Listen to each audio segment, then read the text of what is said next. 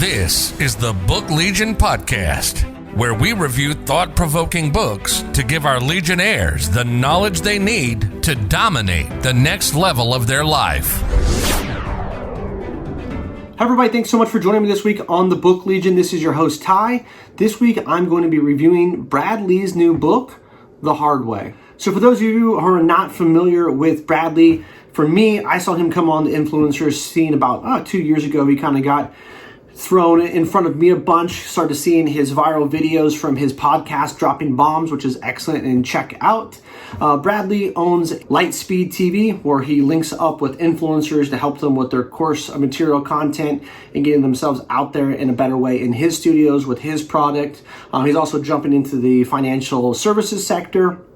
Great guy. He's someone that I've talked to here intermittently on the social media, on Instagram, so he's very accessible, really friendly guy.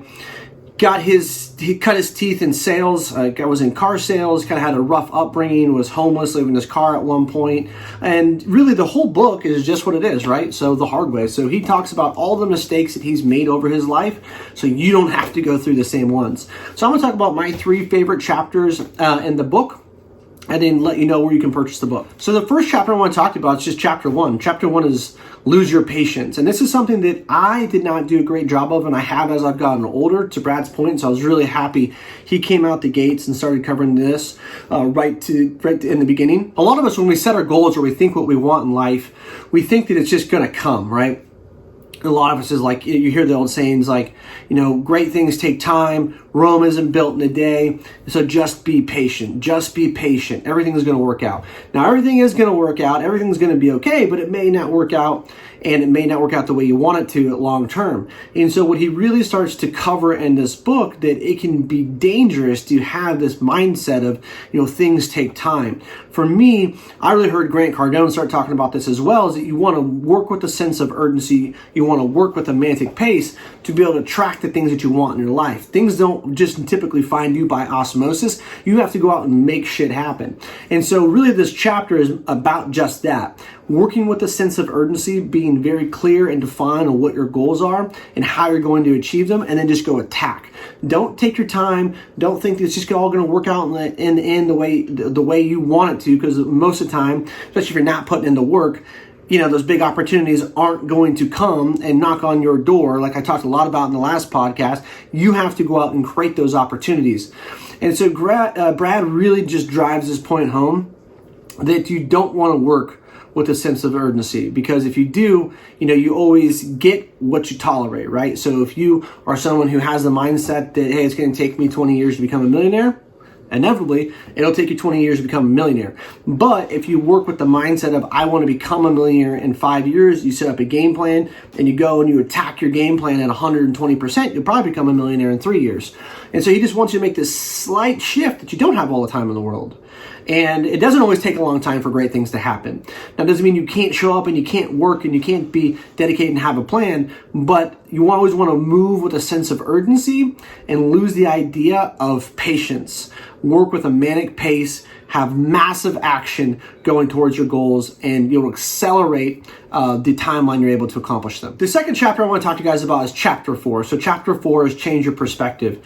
And this was a game changer for me in my life when I had a real victim type mentality. And so anytime anything bad happened to me, whether it was with family or friends or maybe this person I was dating at the time or work, I definitely always wanted to blame the other person, right? And that was just my perspective. The perspective was, nothing was ever my fault. And even at work, I was guilty of looking at those around me and thinking they had something that I didn't have, some type of skill, they had some type of magic saying, they had some type of thing that I couldn't acquire, and so they were always going to be better at me. The moment I started to shift that perspective, that everything was my fault, I was the common denominator of why I was having bad relationships in my life, I changed my perspective. I saw in a different light, a different lens.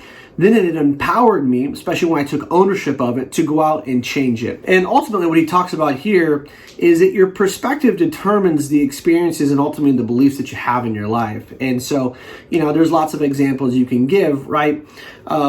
Where if you think about two different people can look at a same opportunity. Say it's a new job opportunity. Someone could look at the new job opportunity as, hey, this is going to be life-changing for me and for my family. I'm so blessed. I'm going to go out. I'm going to attack. I'm going to crush it. I'm going to do whatever I can to maximize this opportunity. Where somebody else could say, hey, I'm starting over. I don't really know. I've never done this before. I'm not sure if I'm going to be okay. And have a whole different type of perspective. And if you're constantly thinking that I don't have enough, or I'm not sure how this is going to work out, and you come from a place of scarcity and lack of confidence, then inevitably that's the type of self-fulfilling prophecy that you're going to have, that it's not going to be okay. It is going to be hard. You're not going to do as well as you succeed. But if you just simply make a perspective shift, things will be drastically different. And so many of us, and you can see this all across the world, we can look at people who live in a third world country here in Western societies and first world countries and go, you know what?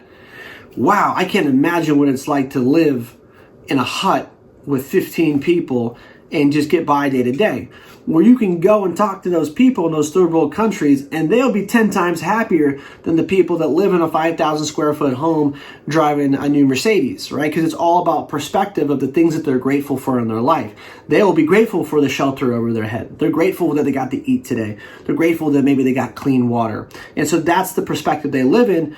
And you can have someone else with living in what we would consider to be an abundant life, and think that the world's collapsing in on them, everything sucks, and they've got drama and chaos in their life. It's all a matter of perspective, and ultimately, like it talks about, your perspective determines your reality and ultimately your belief system. So chapter 4 is one I would pay huge attention to and do kind of a mental inventory. What is the perspective you're taking on life when it comes to relationships, your money mindset, your work mindset, your hobbies? What are you doing for personal development? All these types of things. And understand you're always the common thread, always the common denominator of all things in your life. And then the last thing that I want to cover is chapter 9, which is be prepared. And this is where, again, it kind of ties in with some of the other things we just talked about, where a lot of people want XYZ in life, but they're not prepared to go get it. He gives a great example of talking about credit scores in the book.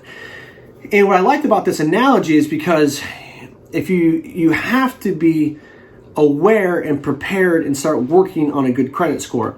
And so by me I started working on my credit when I was probably about 19, right? I'm 37. Now my credit score is about an 820.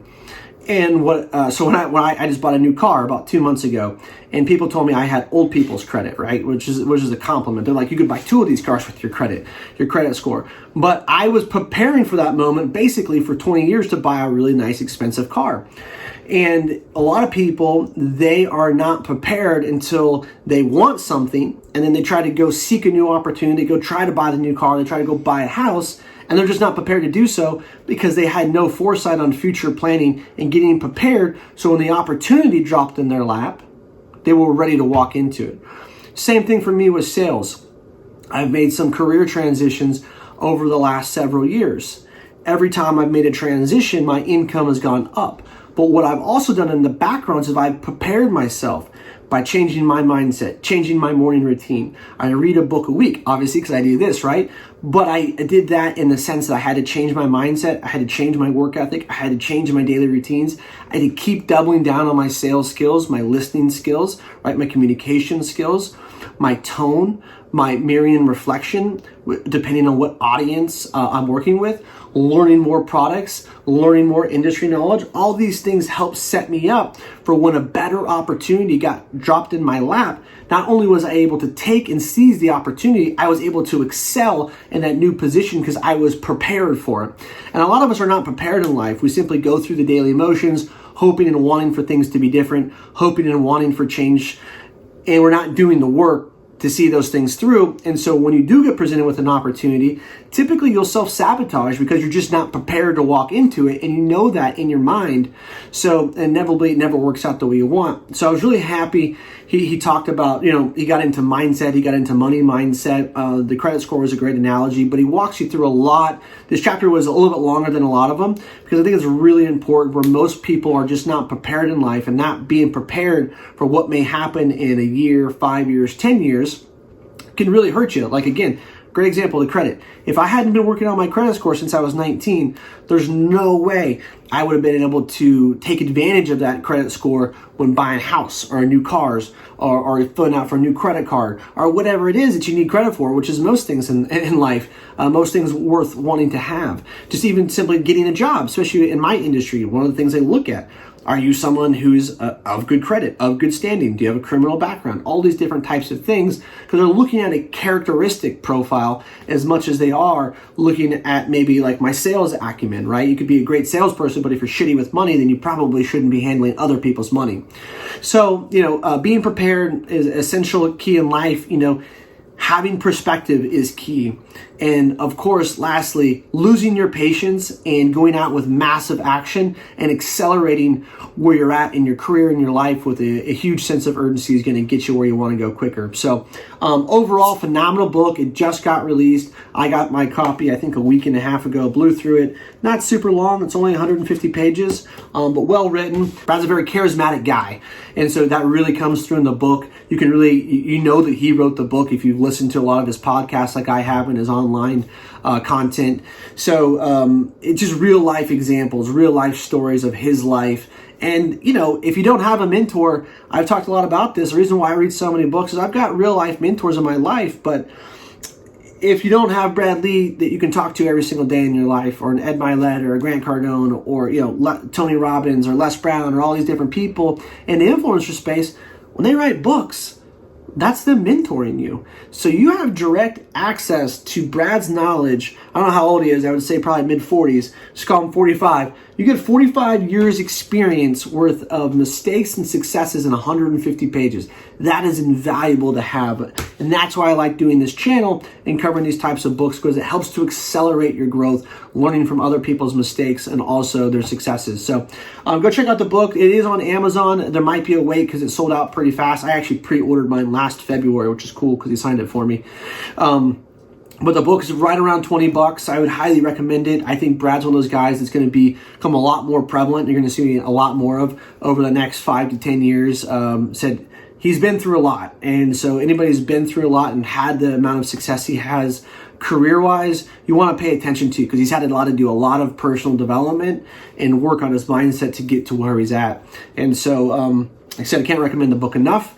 If you guys haven't done so, please subscribe to the podcast and or the YouTube channel. If you're watching this, I'd really appreciate your support. Share with 3 or 4 like-minded friends that are book lovers that are always looking at getting better. Or if there's those people in your life that you know that they need to get better, go ahead and, if you could, recommend them the channel so they can check out and get on some type of program. Even just listening to me and the things we talk about, covering the topics may help them if they don't go check out the book themselves. But I appreciate you guys' support. We've been heard now in over 60 different countries. So the Legionnaire movement is growing, and I really appreciate all of you guys. And again, I film these and I put them out every Sunday.